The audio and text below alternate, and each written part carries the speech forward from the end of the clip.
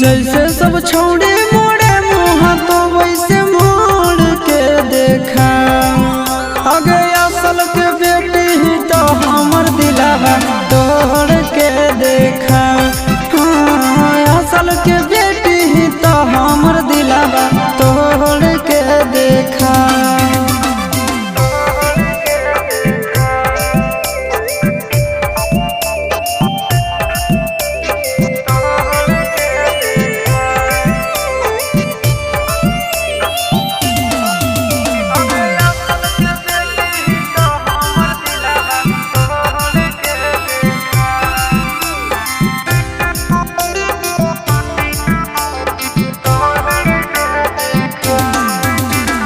Minute में देबो घमंड तोरा झाड़ गे।